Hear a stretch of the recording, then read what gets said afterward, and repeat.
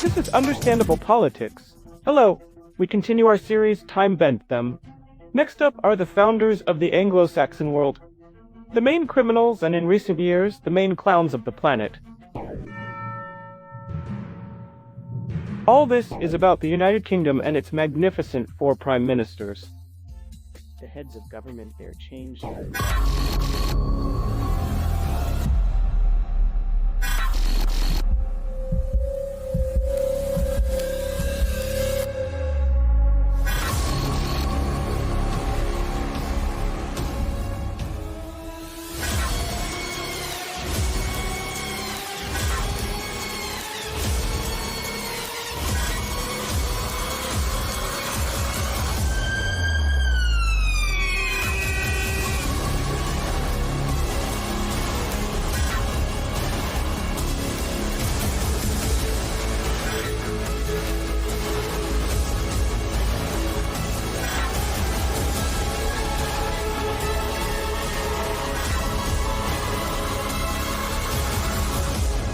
Our program is not used to being unfounded, so let's go through the specific failures of specific individuals. Let's start with Boris Johnson.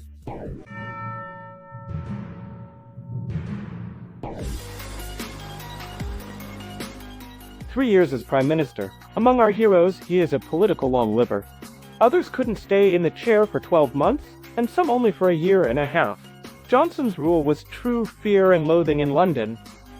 It all started with the Renovation Gate. The scandal with the renovation of the Prime Minister's apartment on Downing Street. This renovation, costing about £200,000, was paid for by a Conservative sponsor, and as a result of the British Electoral Commission's investigation, the party was fined for violating political donation rules. The amount doesn't seem that big, but the trick is that part of this money was spent from the Conservative Party's charitable fund. It turned out that an opaque fund is a great washing machine for any sums and incomes. No one will check them, and no one will ask. Here again you need to understand Boris's position. Yes, the man, although he earned and earns good money, is used to living large, so he is always short of money. Yes, so he has to beg, yes, there ask donors, sponsors, to help him even with some basic household things like repairs. There was also a big scandal in 2021 when it turned out that it got to the point where sponsors and party donors were buying food for Boris and sending it to Downing Street.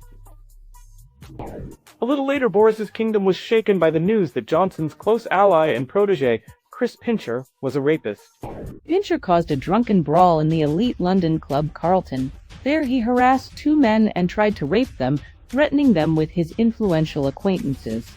What is Johnson's fault? He knew that Pincher had such precedents before, but ignored them and recommended him for the position of the second person in the Conservative Party. The accusations against Pincher triggered a chain reaction. Another 50 people will leave Johnson's team. Officials began to fear Boris's toxicity, and then the Wine Fridays surfaced.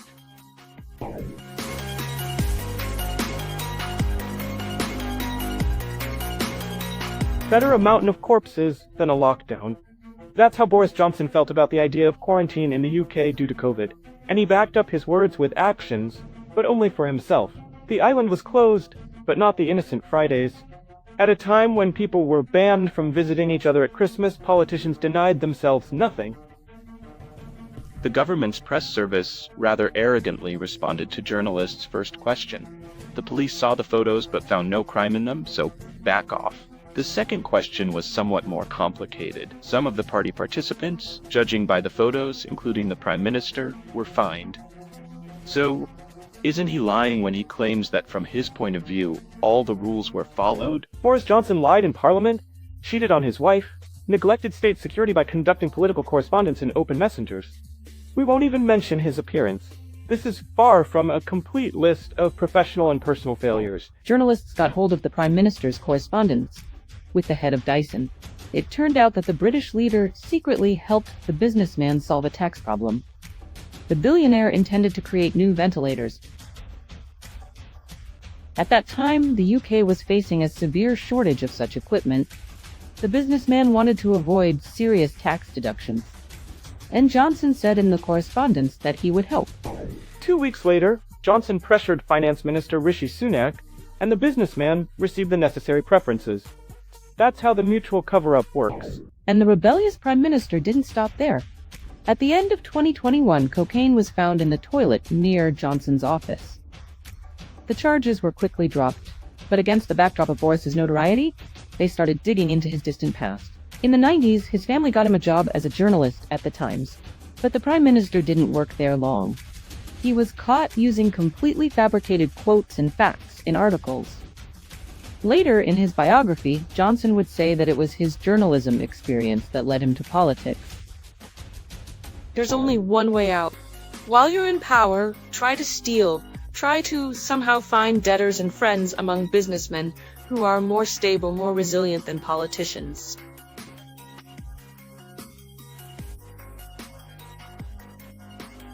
Well, essentially, create your prosperity today, lay down your future capital so you can retire peacefully. Boris Johnson demonstrated this behavior and philosophy to the fullest.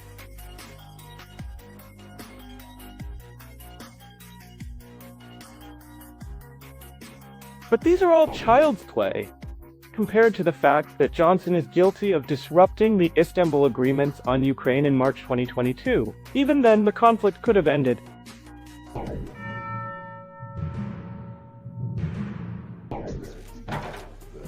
'45 premiership is an absolute anti-record for the UK. Like Johnson, Truss came to the Prime Minister's chair after working in the Foreign Office. In the UK, this is the position of Minister, the second position in the country. Even before taking office as Prime Minister, Truss became famous for her inappropriate behavior and illiterate, sometimes provocative statements. For example, as head of the British Foreign Office, she confused the Baltic and Black Seas, called the Russian cities of Rostov and Voronezh part of Ukraine.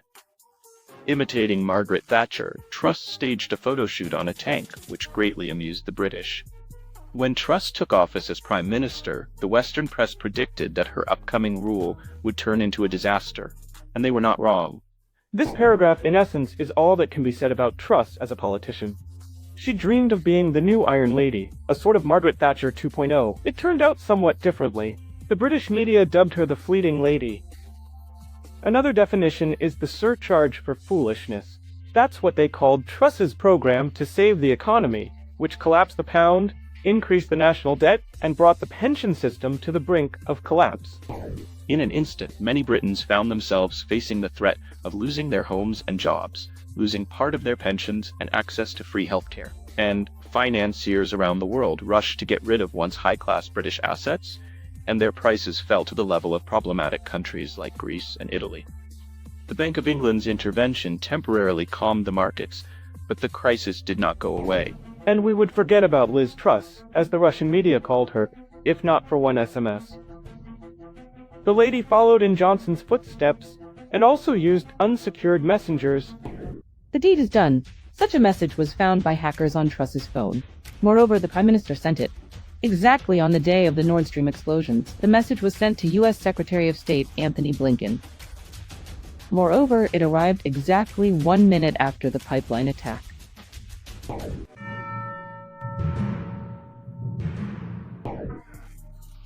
After the openly incompetent Liz Truss, Sunak seemed like a breath of fresh air for the British. But only seemed. The first 100 days in office for Sunak were called the worsening health of the sickest man in Europe. That's what the media called the UK itself. The Indian multimillionaire further collapsed the pound. At one point, it approached the euro and cut public sector salaries. All this triggered a real wave of strikes across the country. Hundreds of thousands of Britons took to the streets. Teachers, doctors, lawyers, firefighters went on strike because life is getting more expensive. Salaries are not keeping up with record inflation, and healthcare and social sectors are in deep crisis.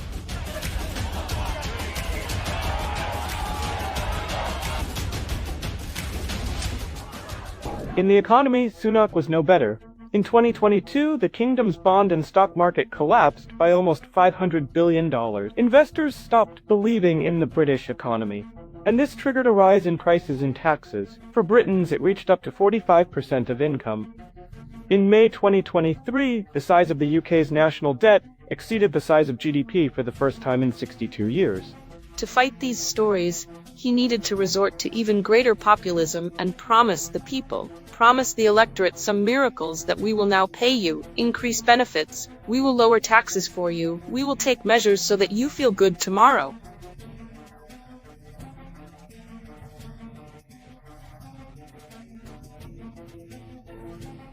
But when he got this power, it turned out, I think he wasn't completely stupid. Maybe he tried, hoped that all this would work out, and he could handle it. But nevertheless, he found himself in a situation where these promises were impossible to fulfill. And trying to fulfill them, he only exacerbates this general British crisis. Even under Sunak and later Starmer, the systemic crisis in healthcare will become one of the most painful problems for British society. This year, the London Times will publish shocking figures. 7.5 million Britons are on the waiting list for a scheduled examination or operation. This is more than 10% of the country's population. 300,000 of them have been unable to get an appointment for over a year. Britons are lining up for medical help. And not everyone has a chance to get it. Official figures say that due to untimely treatment, an average of 250 people die every week in England. Every month, about 40,000 patients seeking emergency care wait more than 12 hours to be given a hospital bed. Last year, 153,000 patients spent more than a day in hospital emergency departments before they could be accommodated. For English medicine, this is an absolute anti-record. We no longer have a healthcare service. It doesn't meet any standards, sounds from local TV screens, and these are already publications of the local press. In some parts of Britain, families wait up to 4 years for a dentist appointment. According to health services, adult residents of Cornwall and Devon counties have to wait about 1,400 days to see a dentist. The average waiting time for children is 3 years and 8 months. Nick Carmichael, chairman of the Dental Groups Association, called the situation unacceptable. These shocking figures, unfortunately, repeat what we see across the country. British dentistry is in a state of crisis. It gets to the point of absurdity. People have to queue for doctors at night. According to statistics, 97% of people trying to get dental care without a prior appointment did not succeed. It was previously reported that in Warrington, more than 100 people lined up from 2:30 a.m. to see a dentist. The British Dental Association stated that dentistry in Britain has effectively ceased to exist for new patients, as it is impossible to make an appointment. This is partly the result of the actions of the Conservative cabinet, which found nothing better than to throw money into the furnace of the British trade union movement, which constantly demanded wage increases at all levels of the healthcare system, ending with your sisters, ending with doctors. Money was thrown there. Wages were raised in response to strikes that engulfed Britain for the first time, probably since the 80s, and the system itself was not reformed. And this gap between investments and huge investments and revenues continues to grow.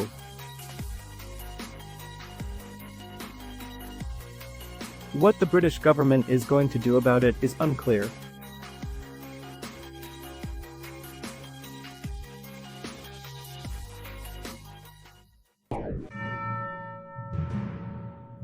By the early elections this summer, the UK approached the most difficult financial situation in the last 70 years. There are so many problems, and they are so obvious that the ruling party's ratings have plummeted, and for the first time in 14 years, the Conservatives lost the elections with a bang.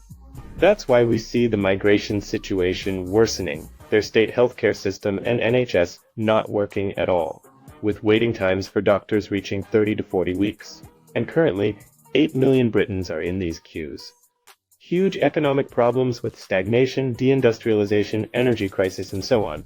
A severe budget crisis due to a lack of funds. And of course, confrontation with Russia. The long national nightmare of the UK didn't end with Starmer's arrival. He immediately asked Britons to endure hardships and then blamed the former Prime Minister for the troubles. Starmer will also release 5,000 prisoners to make room for illegal immigrants.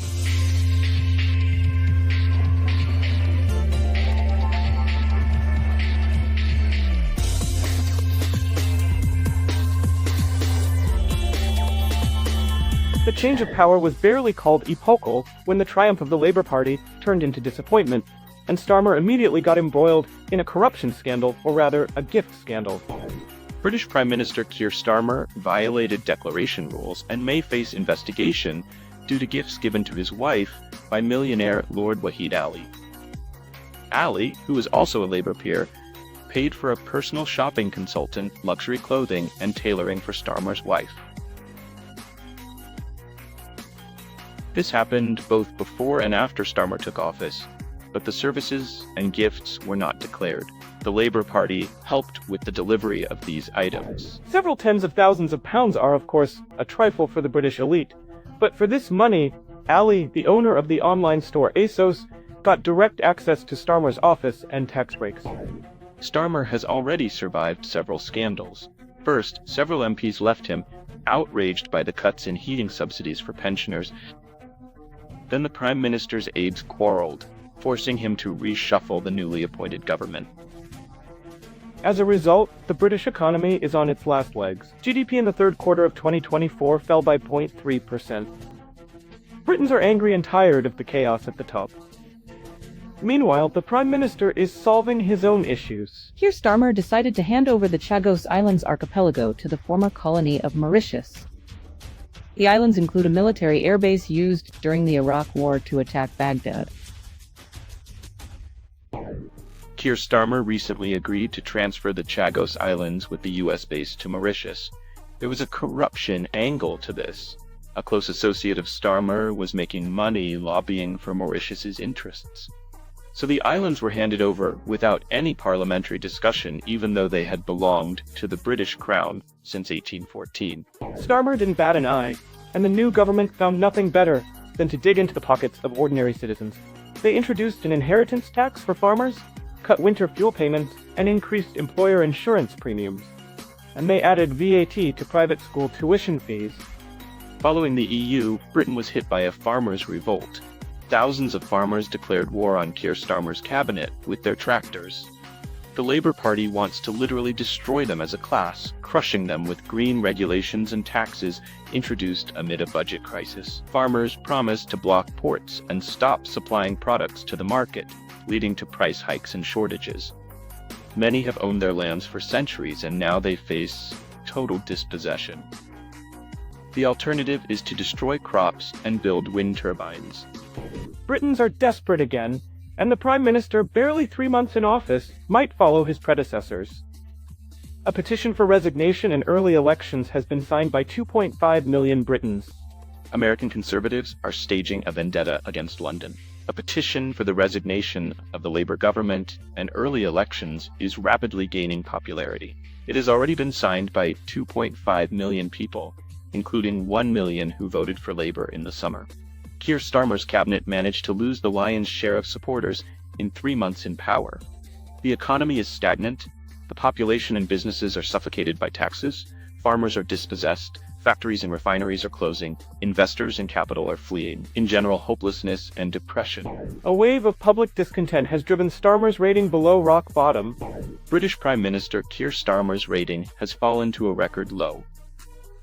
This is the first time the English politician has received such a result since coming to power, reports the Daily Telegraph, citing a Moron Common poll. According to the survey, 75% of Britons disapprove of his actions, and only 16% of voters support the British politician. Since July, the leader of the ruling Labour Party's rating has plummeted by 49 points. This figure is the worst among all heads of government since 1978, according to the report. How soon Starmer will say London goodbye is hard to predict. The petition could well be quashed and dismissed as enemy machinations. But the once great empire is racing towards its decline at a terrifying speed. It takes a lot of effort to hold on to Scotland and Wales. They increasingly want independence. And the Anglo-Saxon ship, having run aground, might well repeat the fate of its counterpart that once tragically collided with an iceberg. Goodbye.